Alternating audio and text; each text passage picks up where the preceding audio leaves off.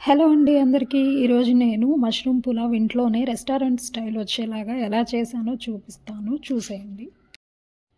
ముందుగా బౌల్‌లో 2 గ్లాసుల బాస్మతి రైస్‌ని తీసుకొని శుభ్రంగా కడిగి పావుగంట వరకు నానబెట్టుకున్నాను. ఇప్పుడు స్టవ్ ఆన్ చేసుకొని ప్యాన్ పెట్టుకొని అందులో 2 స్పూన్ల నెయ్యి, 2 స్పూన్ల ఆయిల్ వేసుకున్నాను. ఇప్పుడు ఆయిల్ కొద్దిగా హీట్ అయిన తర్వాత ఒక చెక్క, 2 లవంగాలు, 4 యాలకులు, ఒక మరాఠీ మొగ్గ వేసుకున్నాను.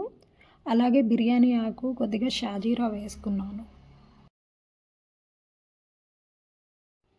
అన్నీ వేగిన తర్వాత ముందుగా కట్ చేసుకున్న ఆనియన్ అండ్ పచ్చిమిర్చి ముక్కలను కూడా వేసుకొని ఫ్రై చేసుకున్నాను. తర్వాత అల్లం వెల్లుల్లి పేస్ట్‌ని ఒక స్పూన్ వేసుకున్నాను. ఇప్పుడు గంట పాటు నానబెట్టిన పచ్చి బఠానీని అలాగే కట్ చేసుకున్న క్యారెట్ ముక్కలను వేసి ఒక 2 నిమిషాలు వేయించుకున్నాను. తర్వాత చిటికెడు పసుపు, ఒక టేబుల్ స్పూన్ సాల్ట్ వేసుకొని కలుపుకున్నాను.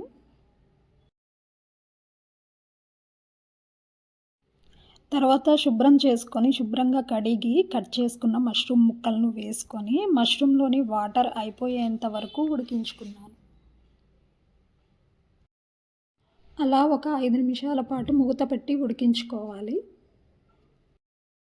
తర్వాత మూత తీసి ఒకసారి కలుపుకొని ముందుగా కట్ చేసి పెట్టుకున్న టమాటా ముక్కలను కూడా వేసుకొని అందులోని వాటర్ అంతా అయిపోయే వరకు ఉడికించుకోవాలి. ఇక్కడ కట్ చేసుకున్న కొత్తిమీర, పుదీనాని వేసుకోవాలి. ఇప్పుడు ఒక హాఫ్ టేబుల్ స్పూన్ కారం, పావు చెంచా జీలకర్ర పొడి, పావు చెంచా ధనియాల పొడి వేసుకున్నాను. అలాగే పావు చెంచా గరం మసాలా కూడా వేసుకొని కలుపుకున్నాను. తర్వాత ముందుగా నానబెట్టుకున్న బాస్మతి రైస్‌ని వేసుకొని అందులో కొద్దిగా పుదీనా, కొత్తిమీర తరుగు వేసుకొని రైస్‌లోని తేమ అంతా పోయే వరకు మూత పెట్టుకొని ఉడికించుకున్నాను.